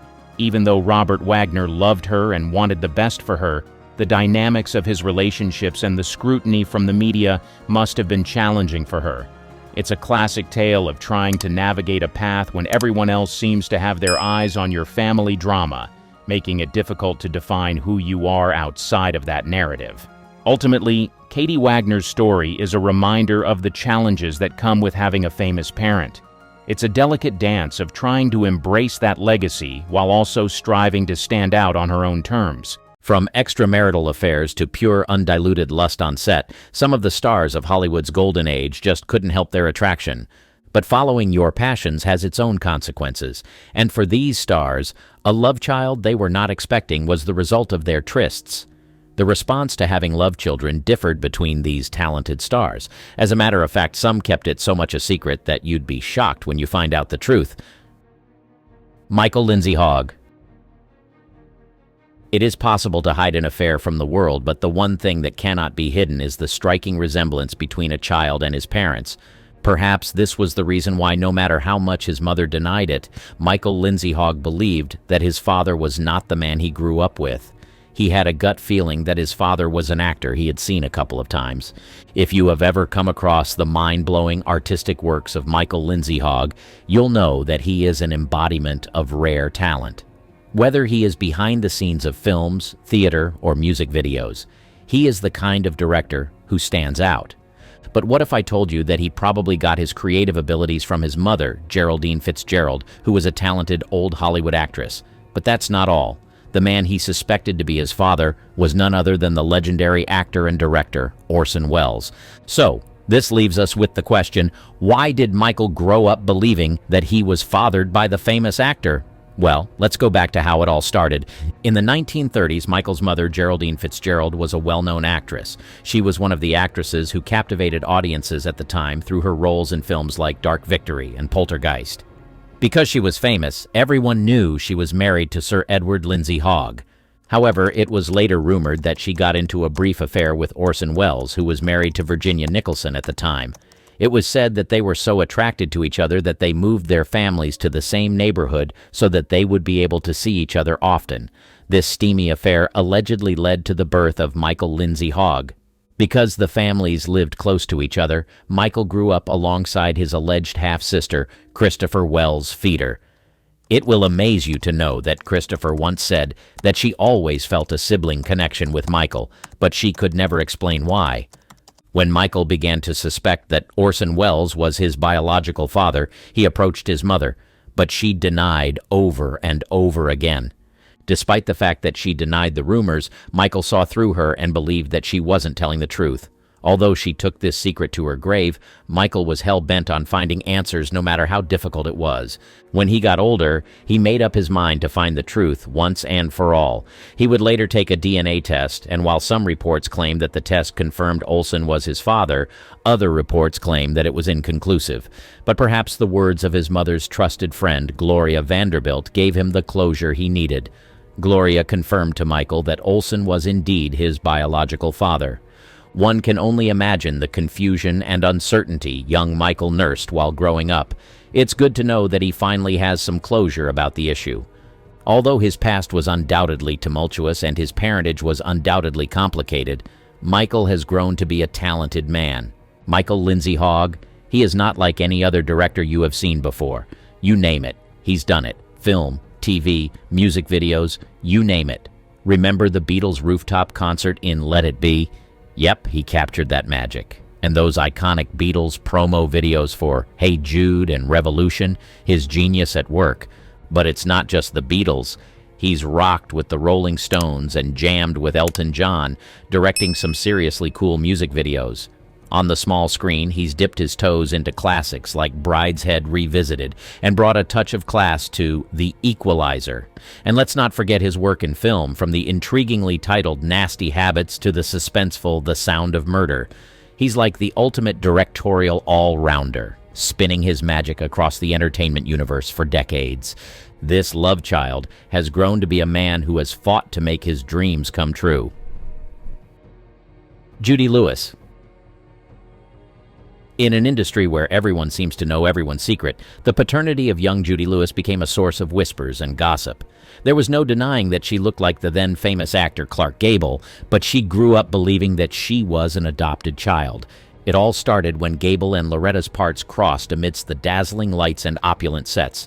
Initially, they were just colleagues, but as time went on, they began to fall for each other. Clark Gable, the dashing king of Hollywood, and Loretta Young, the enchanting leading lady, could no longer hide how they felt about each other.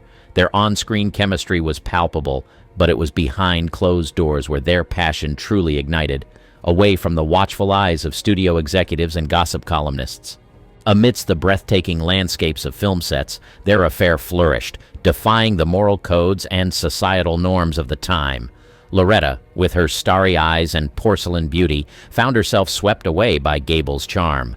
Considering her reputation, no one would have thought that Loretta Young would find herself entangled with Clark Gable. Loretta Young was widely regarded as a woman of strong moral character throughout her career in Hollywood. She was known for her grace, poise, and dedication to her craft. Young was often praised for her professionalism and integrity, both on and off the screen. She maintained a wholesome image and was perceived as a role model for many, particularly during the more conservative era of Hollywood. One can say she was a morally upright individual. Clark Gable, on the other hand, didn't have a spotless reputation. His reputation is a bit more complex. While he was undoubtedly one of the most charismatic and talented actors of his time, Gable was also known for his somewhat tumultuous personal life. He had multiple marriages and was rumored to have engaged in extramarital affairs. Despite this, Gable maintained a strong work ethic and was respected for his dedication to his craft. However, his personal life often overshadowed his professional achievements, leading to a more mixed perception of his morality compared to Loretta Young. Although they probably intended to keep their affair a secret forever, something happened that brought their secret love to light. This was the birth of their live child, Judy Lewis. Judy's existence remained hidden from the scrutinizing gaze of an industry built on illusions and perfection. Loretta, determined to protect her child from judgment, went to great lengths to conceal the truth, confiding only in the inner circles of Hollywood's elite. But as time went on, people began to notice. They could hide their affair, but the one thing they couldn't hide was the resemblance between Judy and her father, Clark Gable. But in order to keep their secret hidden, Loretta Young told her child that she was adopted. It was when Judy was 15 years old that she met her father for the first time. He came over to Loretta Young's house, but there was no discussion about whether or not Gable was her father. Judy grew up believing that she was indeed adopted and tried to ignore the rumors about her paternity. Yet, as fate would have it, secrets have a way of surfacing. The revelation of Judy Lewis as the love child of Clark Gable and Loretta Young rocked the very foundation of Hollywood glamour. It was said that Judy found out that the famous actor was indeed her father, and not just her mother's friend on her wedding day. Judy, who was 31 years old at that time, confronted her mother and demanded nothing but the truth on her wedding day. Her mother, filled with emotions and regret, finally revealed the truth to her daughter. Judy, now a young woman, unveiled the long-guarded secret. As expected, the revelation sparked a media frenzy, casting a shadow on the shining reputation of one of Hollywood's most iconic leading men. She would later write an autobiography called Uncommon Knowledge, confirming that she was indeed Clark Gable's child. Roberto Ingmar Rossellini. For several years, Ingrid Bergman made a name for herself as an iconic movie star. She started her career with German and Swedish films, and it wasn't long before Hollywood noticed her. But just when she transitioned into Hollywood and started making waves, she fell in love with a director and began a secret love affair. Ingrid Bergman was a phenomenal actress who was gracing screens for the most part of the late 1930s. Not only was she known for her mind-blowing performances, but filmmakers who worked with her testified that she was a highly talented actress who was willing to go above and beyond to bring her roles to life. Her career skyrocketed in the year 1936 when she played a lead role in the film Intermezzo. She would later appear in Intermezzo, a Love Story, which was her first acting role in the U.S. However, her life took an unexpected turn when she met a director called Roberto Rossellini in the mid-1940s. Following a letter she wrote him, he came to visit her in her home in the United States, and before she knew it, she began to have feelings for him. Interestingly, Ingrid was married to her first husband, Peter Lindstrom, at the time, and they had a daughter together. So, exploring the spark between her and the director would automatically be a taboo. What made it even worse was the fact that they were both married and had feelings for each other at a time when morals and family values were a big deal. It wasn't long before the pair decided to damn the consequences and fully explore the feelings they had for each other. Initially, they were able to hide their affair, but after a while, people began to notice. What made the whole thing even more shocking was that Ingrid had the reputation of a saint. She was one of the few actresses who didn't do cosmetic enhancements and was always praised for her naturalness. She only posed for decent pictures and made sure she didn't soil her reputation. When the news of her affair began circulating in the tabloids, people were beyond shocked. She was condemned by religious bodies, political bodies, and even people once called fans. She was no longer given roles because filmmakers were afraid that her presence in a film would lead to a ban. She was called an adulterous woman, and all kinds of mean things were said about her. But despite all the condemnation, Ingrid and Rossellini's affair only waxed stronger. The director would later divorce his wife for Ingrid, but Ingrid's attempts to leave her husband led to a messy legal battle. Her husband didn't let her go without putting up a fight. Soon enough, she got pregnant and gave birth to their first child in a hospital in Rome on the 2nd of February 1950. They were still unmarried at the time. Back in the day, it was like an abomination for a child to be born out of wedlock, so studios and movie stars did their best to hide love children, but Ingrid and Rossellini decided not to hide any longer. Sadly, this child, who was supposed to mark the beginning of a new chapter in their lives, actually led to an international uproar. It was said that U.S. Senator Edwin C. denounced the actress on the floor of the Senate and called her a disgrace to American womanhood. As if this was not enough, her home country also condemned her actions, highlighting that she disgraced her country. Just like that, this actress, who was once loved and admired, became hated all over the world. Despite all these, Ingrid loved her child, and shortly after, she got married to Roberto Rossellini. Their first son, who is now in his 70s, was said to have worked as an Italian real estate investor and a stockbroker when he was younger. Jack Nicholson. It is nearly impossible to be a fan of Hollywood movies and not come across at least one Jack Nicholson film. This is a cinematic legend whose contributions to film have left an indelible impact on audiences worldwide. There is no denying performances, memorable characters, and unparalleled talent have solidified his place in cinematic history. But what a lot of people may not know is that Jack Nicholson is also a love child. He grew up believing that his mother June was his sister, and that his grandmother Ethel May was his biological mother because of a difficult decision that his mother had to make when he was a baby. But how did this happen? What made Jack Nicholson believe that his mother was his sister? It all began in April 1937 when Jack Nicholson came into this world, but his beginnings were far from ordinary. His father, Donald Fursillo, was already married when he fell in love with a young girl and got her pregnant. Clearly, being involved with a girl who was way younger than him was forbidden, and making it public was only going to get him into trouble. But Donald Fursillo couldn't hide his feelings for this girl, and he wanted to step up and do the right thing, so he decided that he was going to marry her. He set the plan in motion and tied the knot with 17-year-old showgirl June "Dink" Nicholson.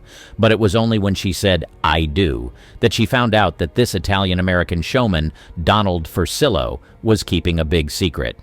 Immediately, their fresh union was entangled by controversy, taboos, secrets, and lies, because not only was June underage, but Donald already had a wife. Despite this, Don really wanted to take responsibility for his child, and he didn't want June to raise Jack alone. Although Donald's intentions seemed pure, June didn't buy the idea. As soon as she found out that he was already married, she started looking for other ways to ensure that her child was well taken care of. As a young girl who was trying to make ends meet, she knew for a fact that she wouldn't be able to cater to the needs of her child, so she decided to make a difficult decision, which was sending Jack to live with her own parents instead.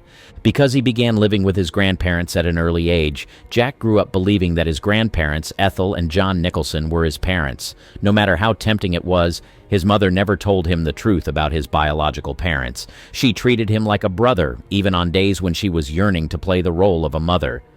It wasn't until he was 37 years old in 1974 that he discovered the truth. Imagine finding out at that age that the people you thought were your parents were actually your grandparents. It must have been a shock, but the surprises in Jack's life didn't end there. He had quite a colorful romantic life himself. He was married to Sandra Knight in the 1960s, and they had a daughter named Jennifer. But Jack's relationships weren't always conventional. He had affairs, one of which resulted in a daughter named Honey Holman. Honey was born during his 17-year relationship with actress Angelica Houston. Imagine the complexities of growing up in such a situation. Jack also had another daughter named Lorraine from another affair during his relationship with Angelica. Her mother was Rebecca Broussard, who was actually an actress in one of Jack's films, The Two Jakes. Talk about drama both on and off the screen. And the surprises don't stop there. Actress Susan Anspach even claimed that Jack Nicholson might be the father of her son, Caleb Goddard.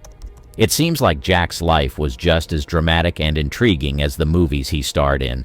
But despite his issues about his parentage, Jack Nicholson didn't allow himself to become a victim of his past. Over the years, he healed from whatever trauma the situation may have caused him and went on to create an amazing career. Today, Jack Nicholson is known as a renowned American actor, filmmaker, and producer who has left an indelible mark on the world of cinema. Nicholson's career spans several decades, and he is celebrated for his versatility, intensity, and iconic performances across a wide range of genres. He is perhaps best known for his captivating portrayals of complex and morally ambiguous characters. One of his most iconic roles came in the 1975 film One Flew Over the Cuckoo's Nest, where he played the rebellious and charismatic Randall McMurphy, a patient in a mental institution. This performance earned Nicholson his first Academy Award for Best Actor, solidifying his status as one of the greatest actors of his generation. But he didn't stop there. He kept on pouring into his craft and creating in a mind-blowing way. Another landmark role for Nicholson was in Stanley Kubrick's 1980 horror classic, The Shining. where he delivered a chilling and unforgettable performance as Jack Torrance, a writer driven to madness while serving as the winter caretaker of the haunted Overlook Hotel. Throughout his illustrious career, Nicholson has showcased his remarkable range in films such as Chinatown, Terms of Endearment, Batman, As Good as It Gets, and About Schmidt, among many others. Isn't it amazing that Jack Nicholson became everything he ever dreamed of becoming and never allowed his past to dictate his future? From his unconventional parentage to his colorful romantic life, Jack's story is one that keeps people captivated. Who would have thought that behind that iconic smile lay such a fascinating tale? Allegra Houston. If you asked young Allegra Houston who her dad was, she would tell you that he was none other than the famous director, John Huston. Why? Because for as long as she could remember, he was the man she called Dad. But as she grew older, she became uncertain and began to wonder if Huston was really her father. Born on the 26th of August, 1964, Allegra was the product of an affair her mother Enrica had with John Julius Norwich, the Viscount of Norwich. However, Allegra grew up believing that she was the daughter of the famous film director John Huston. Growing up, Allegra had no doubt that John Huston was her biological father. She was raised in a world where she thought she was part of his family, with siblings who shared the same name. But her life took a surprising turn when she discovered the truth about her parentage. It wasn't until later in life that Allegra learned about her true biological father and the circumstances surrounding her birth. Her mother, Enrica, was married to John Huston for several years, but in the early 1960s, they had a major marital problem, and they became estranged. It was during this period that Enrica began an affair with John Norwich. Their affair would later lead to her getting pregnant and giving birth to Allegra. Tragically, her mother, Enrica, passed away in a car accident in 1969, and Allegra was only 4 years old at the time. Despite the loss, John Huston stepped in and raised Allegra as his own daughter, showing immense love and devotion. A lot of people were shocked that he raised someone else's child like his old child.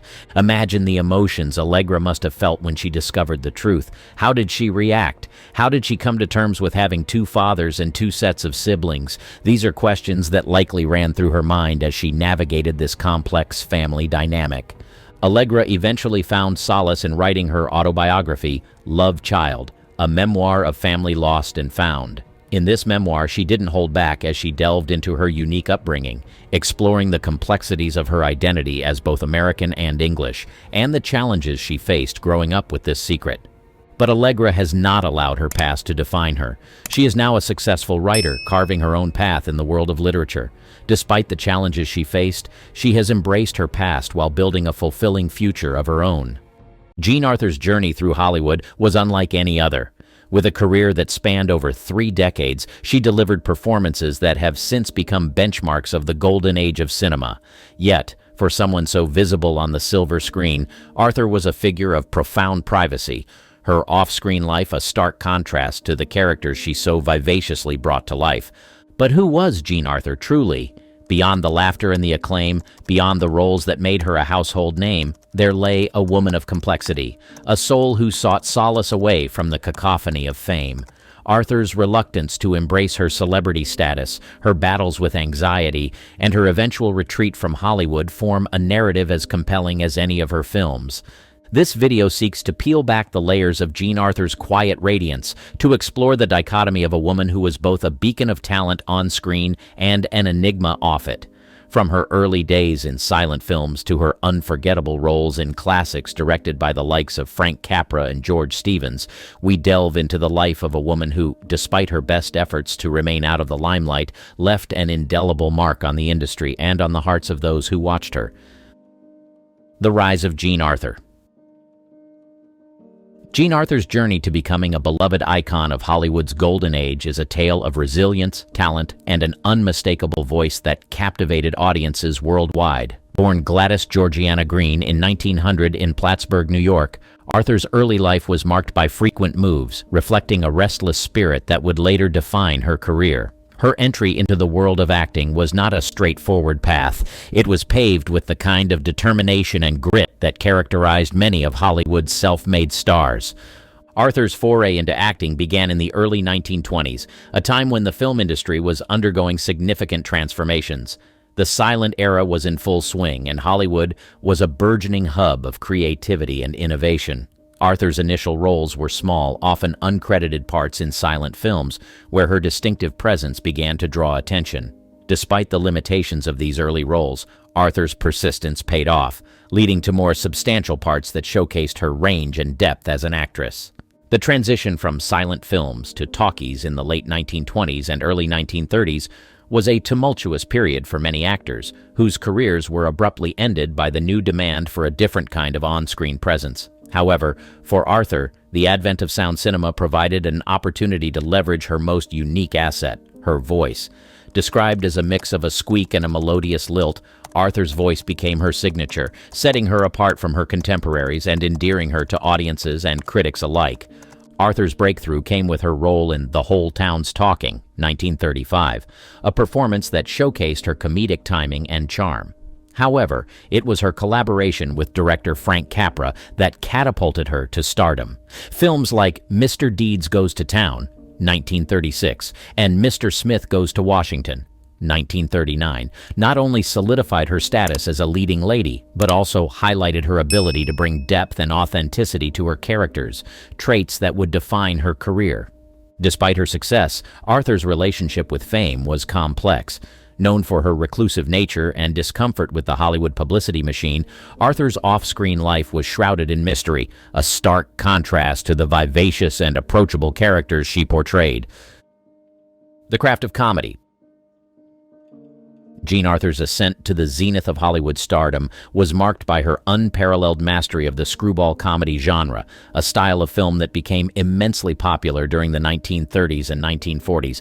This genre, known for its fast-paced dialogue, complex plots, and blend of slapstick with a sophisticated wit, found its perfect muse in Arthur.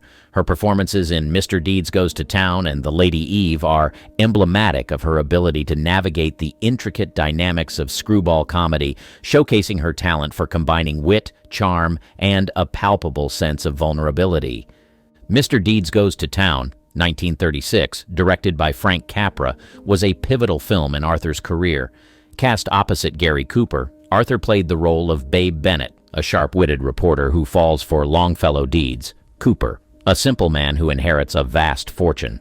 Arthur's portrayal of Bennett was a masterclass in the screwball heroine archetype, intelligent, independent, and morally complex. Her on-screen chemistry with Cooper was electric, and her performance earned critical acclaim, solidifying her status as one of the era's leading ladies in comedy. However, it was perhaps her role in The Lady Eve, 1941, directed by Preston Sturges, that fully showcased Arthur's comedic genius.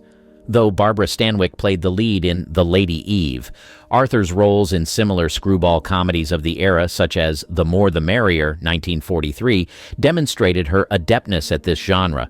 Her ability to deliver rapid-fire dialogue with precision, coupled with her comedic timing and the inherent warmth she brought to her characters, made her performances stand out. Arthur's characters often challenged societal norms, embodying a modern woman's spirit who was both assertive and feminine. Arthur's unique appeal in the screwball comedy genre lay in her ability to blend humor with heart. Her characters were not mere caricatures, they were imbued with a depth and complexity that resonated with audiences. Arthur herself brought a sense of authenticity to these roles, drawing on her personal experiences and inner resilience. Off-screen, Arthur was known for her shyness and aversion to the Hollywood limelight, traits that contrasted sharply with the confident women she portrayed on screen. This juxtaposition between her private self and her public persona added layers to her performances, making her characters all the more compelling.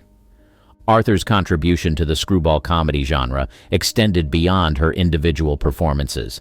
She helped define the archetype of the screwball heroine, a woman who was equal parts intellect, humor, and heart. This archetype would influence countless films and performances in the genre, leaving a legacy that endures in cinematic history. Jean Arthur's mastery of screwball comedy, highlighted in films like Mr. Deeds Goes to Town and through her body of work in the genre, showcases her as one of the definitive leading ladies of her era. Her ability to convey wit, charm, and vulnerability on screen not only endeared her to audiences, but also cemented her place in Hollywood's golden age as a symbol of comedic and dramatic excellence. Arthur and Capra, a cinematic partnership. The collaboration between Jean Arthur and Frank Capra is one of Hollywood's most celebrated director-actor partnerships, emblematic of a period when cinema was as much about entertainment as it was about conveying poignant social messages. This partnership flourished during the 1930s, a time of significant social and economic upheaval in the United States. Capra, with his deeply ingrained belief in the goodness of the common man and his critique of unchecked power, found in Arthur not just a talented actress, but a conduit for his themes of integrity, resilience, and social justice.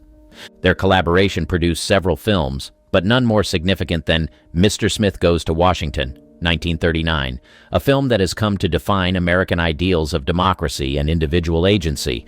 Arthur played Clarissa Saunders, a savvy and cynical secretary who helps the film's protagonist, Jefferson Smith, played by James Stewart, navigate the complexities of American politics. Arthur's performance, marked by a blend of skepticism and eventual inspiration, perfectly complemented Capra's vision of an America where ordinary individuals can make a difference. The success of Mr. Smith Goes to Washington was due in no small part to the synergy between Capra's direction and Arthur's performance. Capra's socially conscious storytelling, which often tackled themes of corruption, media manipulation, and the loss of innocence, found its ideal expression in Arthur's characters, who often embodied a blend of idealism and pragmatism. This dynamic allowed Capra's films to resonate on a deeply emotional level, with Arthur serving as the relatable, human element in his grand narratives. Arthur's collaboration with Capra was not limited to Mr. Smith Goes to Washington. Their partnership also produced Mr. Deeds Goes to Town, 1936, and You Can't Take It With You, 1938, films that similarly explored themes of simplicity, honesty, and the value of community. In each of these films, Arthur's performances were critical to grounding Capra's ideals in relatable human terms. Her ability to convey complex emotions with subtlety and depth provided the perfect foil to Capra's larger-than-life characters and situations. Beyond her work with Capra, Arthur's career was also marked by her collaboration with another legendary director, John Ford, in The Whole Town's Talking, 1935. While her partnership with Ford was not as extensive as with Capra, it further showcased her versatility as an actress and her ability to adapt to different directorial styles. Ford, known for his portrayal of American myths and landscapes, utilized Arthur's talent to explore themes of identity and redemption, adding another layer to her already diverse career. The Reluctant Star. Jean Arthur's luminous presence on the silver screen belied a deeply private nature, a paradox that defined her career and personal life. Despite her undeniable talent and the acclaim that came with it, Arthur was known for her shyness and aversion to the Hollywood limelight, a reluctance that stood in stark contrast to the bold, spirited characters she portrayed. This chapter delves into the complexities of Arthur's stardom, exploring how her reluctance to embrace fame contrasted sharply with her on-screen persona and professional success. Arthur's preference for privacy over public accolades was well known within the industry. Unlike many of her contemporaries, she eschewed the typical trappings of Hollywood fame, rarely appearing at public events or participating in the studio's publicity efforts beyond what was contractually required. Interviews with Arthur were scarce, and she was known to be uncomfortable with the fanfare and attention that came with her profession. This reticence extended to her personal life, which she guarded fiercely, leading to much speculation and mystery surrounding the actress. Despite her aversion to the spotlight, Arthur's talent could not be contained. On screen, she exuded a natural warmth and charisma, endearing her to audiences and making her one of the most beloved actresses of her time. Her ability to convey strength, vulnerability, and humor often simultaneously made her performances compelling and relatable.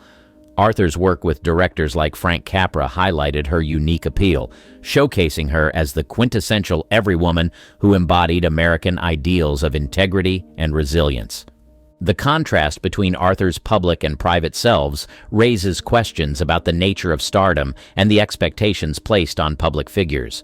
Arthur's career coincided with the golden age of Hollywood, a time when stars were expected to maintain a certain image and availability to their fans. Her reluctance to participate in this aspect of her profession was seen as unconventional, even problematic, by studio executives who relied on star power to promote their films. Yet, Arthur's insistence on maintaining her privacy can also be viewed as a form of resistance against the commodification of celebrity and an assertion of her autonomy. Arthur's shyness and preference for privacy did not diminish her professional dedication. Colleagues and directors often spoke of her commitment to her craft, her meticulous preparation for roles, and her ability to transform once the cameras were rolling. This professionalism, coupled with her natural talent, ensured that Arthur's career thrived despite her aversion to the spotlight. Pioneering feminine archetypes. In an era when women on screen were often relegated to secondary or stereotypical roles, Arthur's characters stood out for their strength, intelligence, and independence. Her portrayal of such roles contributed to evolving representations of women in cinema, offering audiences a glimpse of a more nuanced and empowered female identity. Arthur's characters were often women ahead of their time, navigating professional and personal challenges with a blend of resilience and grace. In Mr. Deeds Goes to Town, she plays a savvy reporter who, despite her initial cynicism, reveals a deep capacity for empathy and integrity. Similarly, in Mr. Smith Goes to Washington, Arthur portrays a seasoned political aide who becomes an invaluable ally to James Stewart's idealistic senator, showcasing her character's intelligence and political acumen. These roles, among others, positioned Arthur as an actress capable of conveying complex female experiences, breaking away from the damsel in distress archetype prevalent in many films of the era. Arthur's on-screen personas resonated with the emerging sensibilities of a society on the cusp of significant social change. The 1930s and 1940s were decades marked by economic turmoil, war, and the beginning of shifts in gender dynamics. Women were entering the workforce in unprecedented numbers, and their roles within the family and society at large were beginning to evolve. Arthur's characters reflected this shift, embodying the aspirations and challenges of a generation of women seeking greater autonomy and recognition. Moreover, Arthur's collaboration with directors like Frank Capra further amplified her impact on the portrayal of women in cinema. Capra's films, known for their social commentary and exploration of American ideals, provided Arthur with a platform to showcase her range as an actress and to bring to life characters that were both relatable and inspirational. Her performances in Capra's films not only entertained, but also provoked thought about the role of women in society, their capacity for leadership, and their right to pursue personal and professional fulfillment. Jean Arthur's contribution to cinema extends beyond her individual performances to include her influence on the portrayal of women on screen. By taking on roles that challenged traditional gender roles, Arthur paved the way for future generations of actresses. Her legacy is evident in the increasingly complex and diverse representations of women in film, a testament to her enduring impact on the industry. Arthur's reluctance to embrace the trappings of fame, coupled with her commitment to portraying strong, intelligent women, underscores the duality of her legacy. Off-screen, she was a private individual who shied away from the spotlight, yet on-screen, she represented a progressive vision of womanhood. This duality enriches Arthur's legacy, making her not just a celebrated actress of Hollywood's golden age, but also a pioneering figure in the evolution of women's representation in cinema. The transition to stage and television. Jean Arthur's transition from the silver screen to the stage and television marked a significant shift in her career, reflecting her desire to explore different facets of acting and to engage with new audiences. This chapter delves into the later part of Arthur's career, highlighting her notable stage performances and her role in the television series The Jean Arthur Show, underscoring her continued impact on the performing arts. After achieving considerable success in Hollywood, Arthur's career took a turn as she began to seek opportunities beyond film. Her move towards stage and television was driven by a combination of factors, including her well-documented discomfort with the Hollywood system and her desire for more challenging and diverse roles. Arthur's foray into theater was not just a departure from film, but a return to her roots. Before her Hollywood fame, she had experience in New York's theater scene, which had initially honed her acting skills. One of Arthur's most significant stage roles came in 1950, when she starred in the Broadway production of Peter Pan as Peter.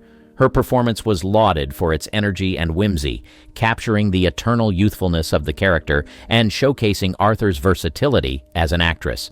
This role, among others, demonstrated Arthur's ability to captivate live audiences, just as she had film audiences, with her unique charm and talent. Arthur's transition to television was highlighted by The Jean Arthur Show in 1966, where she played a lawyer. The show was an attempt to capitalize on Arthur's enduring appeal, offering her a platform to reach a new generation of viewers. Despite the show's short run, it was a testament to Arthur's willingness to embrace new challenges and to adapt to the changing dynamics of the entertainment industry. Arthur's work in stage and television during the latter part of her career is indicative of her broader impact on the performing arts. She brought the same depth and nuance to her stage and television roles as she did to her film characters, challenging traditional gender roles and paving the way for future generations of actresses. Her characters often embodied strength, intelligence, and independence, contributing to evolving representations of women in cinema and beyond. Moreover, Arthur's transition highlights the fluidity between different mediums of acting, underscoring the idea that talent transcends the platform. Her ability to move between film, stage, and television with ease and success is a testament to her skill as an actress and her dedication to her craft. In examining the later part of Jean Arthur's career, we see a performer who was not content to rest on her laurels, but was driven by a passion for acting and a desire to explore the full range of her abilities. Her contributions to stage and television are an essential part of her legacy, showcasing her versatility and her continued relevance in the world of performing arts. The legacy of a reluctant star. Reflecting on Jean Arthur's enduring legacy in Hollywood requires an appreciation of her unique position within the pantheon of Golden Age cinema. Arthur's contributions to the film industry during her active years were profound, not only in terms of the memorable characters she brought to life, but also in how she navigated her career with a rare blend of integrity and talent. This chapter focuses on Arthur's impact on the film industry, her influence on contemporary actresses, and her lasting symbol as an exemplar of grace and professionalism in an industry often criticized for its excesses. Jean Arthur's legacy in Hollywood is anchored in her performances, which often broke the mold of traditional female roles. Her characters were strong, intelligent, and independent, embodying a modern woman who could stand on equal footing with her male counterparts. This was a significant departure from the more conventional portrayals of women in cinema at the time, making Arthur a forerunner in the evolution of female characters in Hollywood. Films like Mr. Smith Goes to Washington and The More the Merrier not only showcased her talent, but also her ability to portray women of substance and complexity. Arthur's influence extends beyond the roles she played. Her approach to her career and her life in Hollywood set her apart. Known for her aversion to the limelight and her dedication to her craft, Arthur chose roles that resonated with her personally and professionally, rather than those that would merely elevate her star status. This principled approach to acting, coupled with her natural talent, made her a role model for actresses of her time and for generations to come. Giovanni Jackson, Daddy's Girl,